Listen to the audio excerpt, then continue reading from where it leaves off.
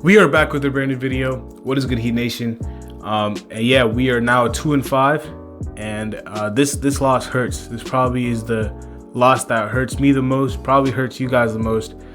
This was a team that was winless, and we go into their home arena, and we literally get our butts kicked in the first half by 20. I think they were up by 20 at halftime. We make one of those fake comeback runs and whatnot.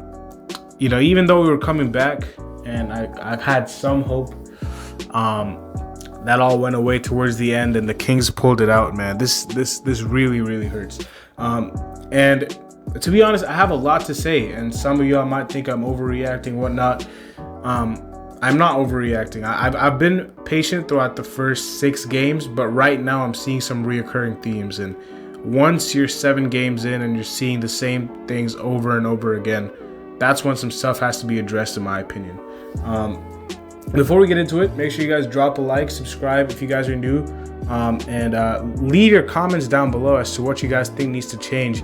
I know a lot of people are going to talk about the offseason and the minimal improvements or no improvements that we made to this roster, and that, you know, it would come down to that as to why we are starting off the season so slowly. I know a lot of people will come to that conclusion, but I know a lot of people will talk about how we played tonight and, you know, talk about coaching mistakes by Spo, missed shots by guys like Strus. There was a lot of reasons we lost tonight, and you know, from the start of the game itself, the Kings dominated. The Kings literally had their way. Whatever they wanted to do, they were doing it. The offense was so ugly in the half court, and it was so predictable. Everybody knew what screen was coming.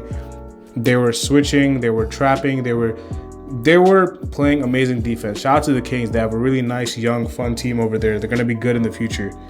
We should not have lost this game, though. They're not a better team than us. I don't care what anybody says. This team was just in the NBA Finals, Eastern Conference Finals last year. They lose out on PJ Tucker, and you're telling me now we're losing to the Sacramento Kings, who are 0-4? Unacceptable. And, you know, if there's anything that's going to get the front office's attention, it has to be this loss, because there's no way. Losing to Toronto, losing to Boston, losing to Golden State, that's all fine. These are playoff teams. Some of those teams are contenders, like Golden State and Boston were just in the finals last year. Chicago was in the playoffs, but losing to Sacramento, no disrespect, but the Kings, that is an all-time low. And that was what stung for me, is the fact that we lost to them, and we should have beaten this team. You know, they were winless for a reason. They've been playing feisty basketball, but they just don't have the talent on their roster, in my opinion, to compete with a lot of the elite teams. And if we are a team that a lot of people might think are a contender or whatnot, we have to be better. And it starts with a lot of things. Obviously, we all know in the offseason, a lot of fans were upset, rightfully so, because the front office did absolutely nothing. Not only did we strike out on Kevin Durant, I know he did not get traded, and Donovan Mitchell, we also didn't sign anyone as a replacement for PJ Tucker. I love Caleb Martin, and in my opinion, Caleb Martin has been playing better than PJ Tucker has this season, but Caleb Martin doesn't fit exactly what we need as a 4. He's just not big enough. He is undersized. And even though PJ Tucker was undersized, PJ Tucker probably has 50 pounds of muscle on Caleb Martin. So when you're switching everything, and if you have Sabonis on a switch and he is getting guarded by Caleb, he's getting guarded by Kyle, he's getting guarded by Tyler, it's barbecue chicken every time. He is going to work, and he's going to town on us. And that's what he did in the first half. Domantas Sabonis did anything he wanted to. Their whole situation and their whole game plan was very, very simple. Set the screen and get Bam off the big, dump it to the big in the low post, and let the big take advantage of whatever mismatch he wants to, and let him have his career night. I don't even know what Sabonis ended with. He probably should not have even fouled out, to be honest, because the last foul was not a foul. Come on, like let's be objective here. I'm a Heat fan. You guys are all Heat fans. But as an objective, unbiased NBA fan, that was not a foul. And, you know, we'll take it, obviously, because it benefits us and no one's going to complain. But, you know, if he had stayed in the game, it would have been even more problems. So Domantas Sabonis, thank God he was in foul trouble. Otherwise, I think they would have beaten us by 10 plus. Even though we made the run, he was giving it to us tonight because he was taking advantage of every single switch he possibly could. We were getting obliterated in the paint. They were getting to the paint at will. Shout out to Tyler Hero. He had an amazing scoring night. 34 points in the second half. He was electric. He kept us in the game with some of his tough shot making. He did as much as he could on offense for this team to win. However, their game plan in the fourth quarter was to go at Tyler Hero and give the ball to De'Aaron Fox, get a switch on Tyler Hero, and he was getting cooked. He could not do anything with Fox. Fox was having his way every single time, and only the Miami Heat could allow De'Aaron Fox to get his first rebounding double-double of the season. This dude has not had a double-digit rebounding game, in the whole season so far, in the first 4 or 5 games that they played. All of a sudden, the Miami Heat come to town. You know what that means? We're feasting on the glass, guys, and that's what they did. They out-rebounded us again. We cannot, win games if we're going to keep getting beaten on the glass. The Warriors did it, and that's how they beat us. And now the Kings did it. I don't even know how much they out-rebounded us by, but it felt like it was 50 because they were getting every single second chance point. Defensively, we could not stop anybody, especially when it counted. When we were making the runs, I was like, okay, cool. The offense is getting better, and that's what we like to see. People are scoring the ball. Bam looked amazing on offense. Defensively, when we needed to stop, it just wasn't happening. And when we were playing amazing defense for 23 seconds, in the last second, someone would commit an absolutely idiotic foul like Max did, or like Kyle did at the end when he fouled Richaun Holmes, even though Bam had him bottled up with 1 second on the shot clock left. And it sends them to the free throw line and you're bailing them out. You're shooting yourselves in the foot when you commit fouls like this every single time. And for a veteran team to do this, a team that has gone to the finals and the Eastern Conference Finals in the past 3 years, this is unacceptable. You have a veteran group. I know some of these guys are undrafted. They're not old or whatnot, but Max has been there for 3-4 years now. So Gabe has been there for 3-4 years now. You guys are not rookies anymore. Like you guys have had NBA experience. You've had playoff experience. It's time for you guys to step up. And even though Max has been really good this season, I'm not going to take anything away from Max this season. He's been our best player off the bench. He's been up and down for some games, and tonight he was atrocious shooting the ball. But he has to be better. Pushing off on Harrison Barnes when there's 1 second on the shot clock left, when you're trying to get the rebound, it's not going to cut it because you're bailing them out every single time. There was a string of possessions 3-4 times in a row. We got the stop. They were fighting on the glass. And we committed a foul, a loose ball foul, and it sent them to the line. And they were in the bonus with 9 minutes remaining in the fourth quarter. That was huge. That was absolutely huge for them. So the glass, it continues to be a weakness for us. We cannot get a board to save our lives. And it's making me mad, bro. Like, I don't know what we can do, to be honest, because we just don't have the size. We're missing 2 of our backup centers. Even though Dedmon has not, been amazing this season, one thing you could say about Dedmon is that he's so big that the ball will just come to him. He can get rebounds because of his size. You know what I'm saying? Jovic is not a center. He's a power forward. We saw UD minutes. UD is the all-time leading rebounder on this team in the history of the franchise. He's 42 years old, bro. You're not expecting UD to do much on the glass. You're not expecting UD to do much at all. Like, we're playing him because we literally don't have anyone else to play. So this is on the front office for the roster that they constructed. We literally have 0 size next to Bam Adebayo. And people are going to blame Bam and be like, oh my God, why are they scoring in the paint? This is Bam's fault. No.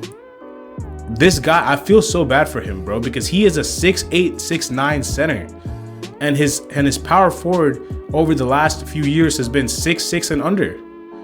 He's playing with a 6'5" Caleb Martin as his 4. How do you expect him to dominate the glass and get rebounds if everyone he's playing with is under 6'6"? Like, we have to abandon this whole idea of playing. Listen, it was cool. It worked for us. Jay Crowder but he was a part of us making it to the finals. And PJ Tucker was a part of us making it to the Eastern Conference Finals.